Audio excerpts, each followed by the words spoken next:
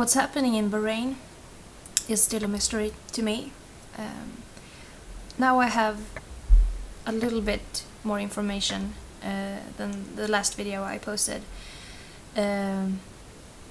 Okay, the first thing I heard, just so you know, it was on Al Jazeera. It was a doctor who was absolutely frantic. He was terrified because his hospital was being flooded by people who had participated in demonstrations, and a lot of them were injured by sharp ammunition, and some had their skulls blown open. And I've now seen photographs of people in Bahrain, of a man with his he has no brain left, but you can see the lower parts of his face. So I know that has happened for some reason.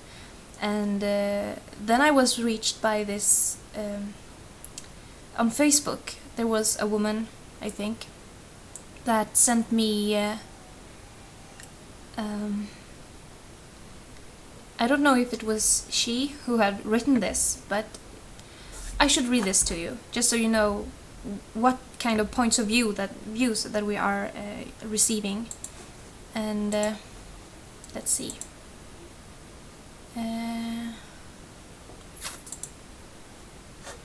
Sorry, I don't have it here. Let's just. Yes, okay. This is called The True Bahrain. Please read and spread. And now I want you to know that I'm not saying that I believe her or that she is absolutely right or anything. I'm hearing that demonstrants are being shot by the military, and now there's one woman who tries to, I think she tries to explain why here. Just listen. And Dear Sky News. I am currently living in Bahrain. I have lived here for 30 years. I am a British-born, naturalized Bahraini. I am a businesswoman and a mother of two. I have been watching your coverage of the current situation in Bahrain with increasing dismay. It is not the whole truth. You are not talking to any of the Bahrainis who do not support the rioters. Okay, so there are rioters and there are people who do not support the rioters. At this very minute, our streets are packed with thousands of peaceful Bahrainis, or Bahrainis, loyal to the king and the government, who are marching through the streets to make it clear to the world we are happy with our leadership. It is being broadcast on Bahrain TV, on Al Jazeera News, so why are Sky News ignoring this? Your headlines, even as I write this, are talking about anger in Bahrain. Well, yes, there is anger, but not just anger from the illegal rioters. So now I know that there are rioters who are illegal, and those are the people who are being shot. But later she mentions that the police is also attacked. There is even more anger from true Bahrainis who are sick of external forces trying to interfere in our affairs. Look at our history, read Bahrain's constitution, talk to Bahrainis and expats alike who live here in total harmony. Expats. I don't know what that is.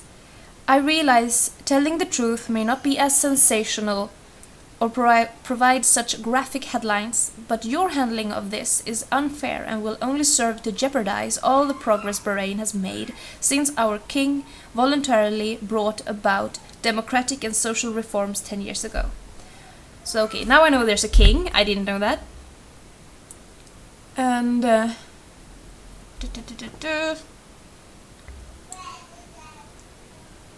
His Majesty had a clear vision for his country.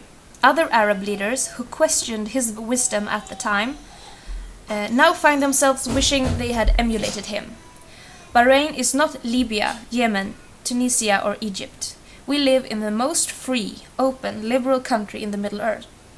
East. Sorry, not Middle Earth.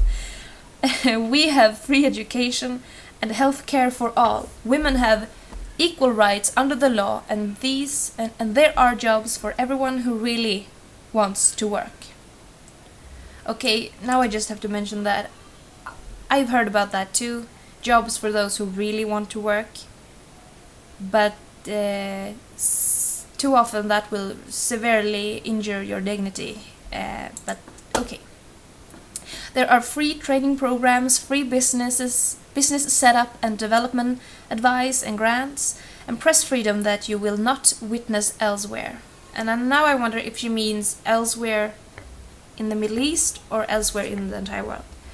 The rioters have lots of rights under our laws. They hold senior positions in lots of government posts. They hold 18 out of 40 seats in parliament and much more. Drive through any of the Shia villages, either today or over the last 4 decades, and you will find pictures not of Bahrain's leaders, but of political and religious leaders of another country in this region. What does that tell you? Despite all of this blatant disloyalty to Bahrain, some would call it treason, our government continues to do everything it can to meet their demands. Unlike Britain, where David Cameron recently admitted that multiculturalism has failed, Bahrain is a shining beacon to the world that multiculturalism can and does work. Now I have to let you know that I don't understand the Sunni and the Shia and everything. I have no clue. Please tell me, what's it all about? Okay. It has worked here for decades, the multiculturalism. In Bahrain, Muslims, Jews, Hindus, Christians, Buddhists all enjoyed religious freedom, and we all live in harmony. Why? Because in Bahrain we recognize that abiding by the law and showing mutual respect for your fellow citizen comes before anything else.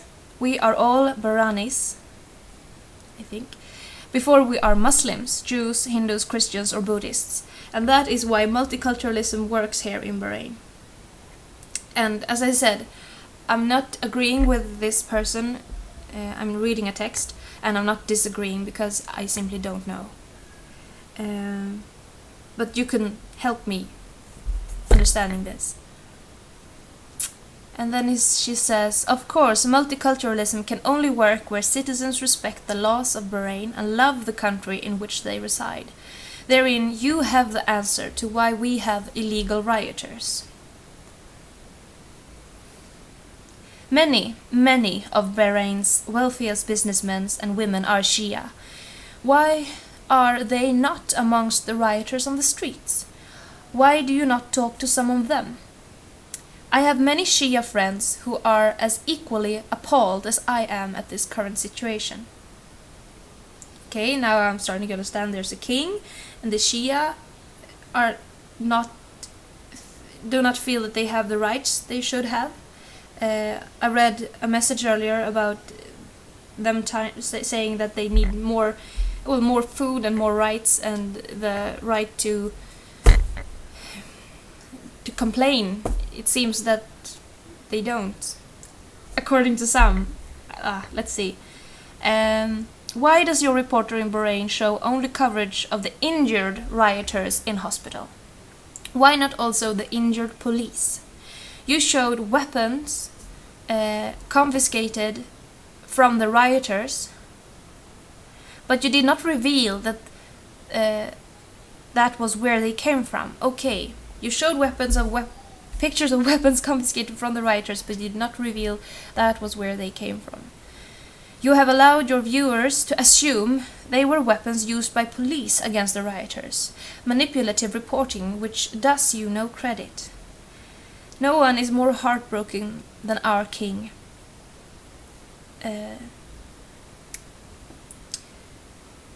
No one is more heartbroken than our king that violence has been involved and that blood has been shed on the streets of our beloved kingdom. His Majesty has been incredibly patient, some would say too patient. He has freed political prisoners and convicted criminals many times over, in the hope that his forgiveness and generosity of spirit could serve as an example and would allow these people another chance to live a fruitful life and offer them the opportunity to tread the path of their fellow Bahrainis, showing loyalty and respect to their king and country. All Bahrainis love their king, whether sunnies Shia, Jews, Christians. This love is the glue that holds our society together, and we will continue to do so even in the darkest hour. Please listen to both sides. Please report both sides truthfully, fairly, and professionally. It is what we expect from Sky News. And I've never heard of Sky News. I'm gonna have to take a look at what they have.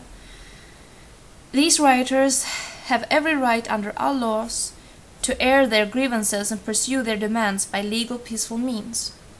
Okay? That was exactly what I was told, that they didn't have that right. Okay.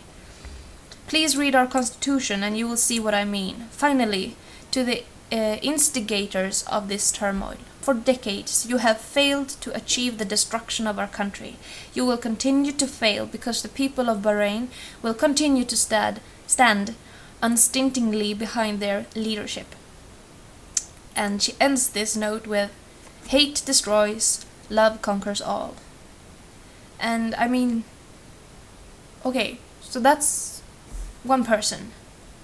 As I understand it, there are 1,200,000 persons in Bahrain. So I need more opinions.